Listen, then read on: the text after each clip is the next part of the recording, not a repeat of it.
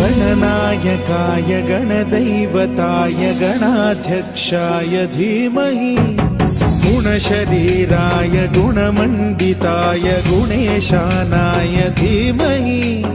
गुणातीताय गुणाधीशाय गुणप्रविष्टाय धीमहि एकदन्ताय वक्रतुण्डाय गौरीतनयाय धीमहि गजेशानाय भालचन्द्राय श्रीगणेशाय धीमहि